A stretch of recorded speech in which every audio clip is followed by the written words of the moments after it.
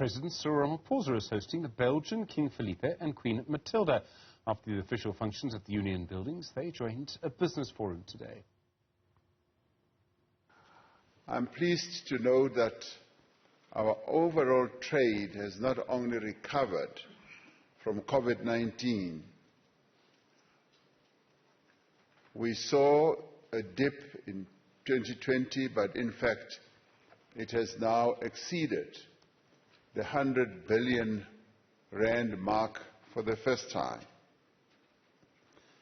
The Business Forum gives us an opportunity for exchanges and sectoral conversations that will, in the end, enable us to intensify our efforts to improve the trade and investment relationship between our two countries, and in particular, to use this as a means for us as South Africans to boost our industrialization effort.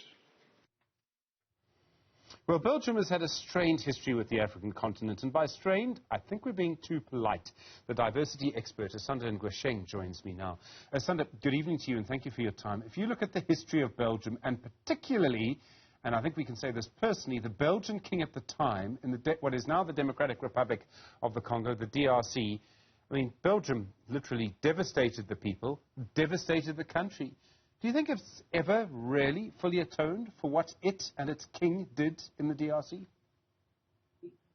Well, the sad thing is that, this is the case for all former colonial states.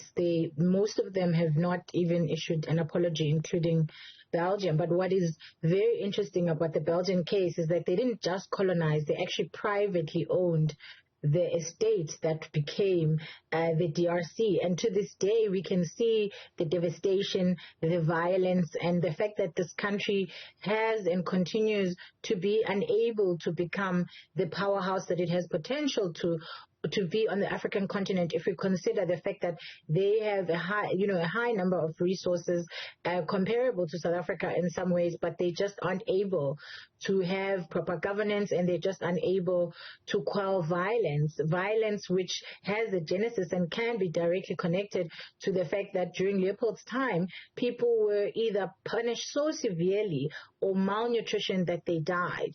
And those who were lucky enough to survive had their hands cut off and had their legs cut off as punishment for not working hard enough, for not producing enough, and other very minor infractions that were basically decided on a whim. And the Belgian government spent 2 years on a project and a commission to try and figure out whether to give an apology and how to give this apology. And according to what I've been reading, by 2022, they still had not decided when and how to give the apology. And so the people of the DRC are still owed an apology for what was a brutal regime that continues to affect them daily as we speak in 2023.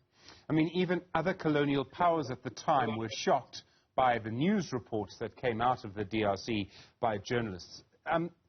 In a way, we see different former colonial powers, European countries, dealing with their colonial pasts differently. So Britain has had a debate about it, is having a debate, not an even debate, but at least is discussing the issue.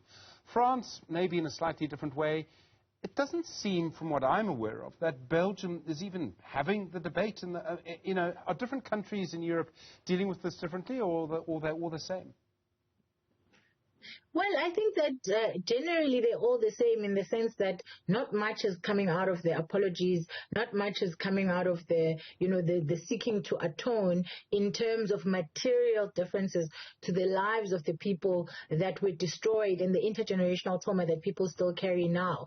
But what is outstanding in a negative way in terms of the Belgian case is that they went further than colonization and privately owned, as I said, and to this day have not come to a point of apology. And it seems like there was, a special committee that was set up to look into the colonial past, but MPs failed to reach an agreement about giving formal apologies to the DRC as well as Burundi and Rwanda, by the way, because they were also involved in that entire region, which we've seen is a region, Burundi, Rwanda, and DRC is a region that still continues to struggle with having peace, amongst itself as neighbors, but also individually. And we know that, some of what happened in the Rwandan genocide was attributed to the ways in which the Belgians and other foreign, influences had treated the Hutus and the Tutsis, and the genesis of the genocide was pointed directly to this behavior by foreign interests. Asanda Ngoasheng, thank you very much indeed, the diversity expert. Do appreciate the time on the pulse tonight.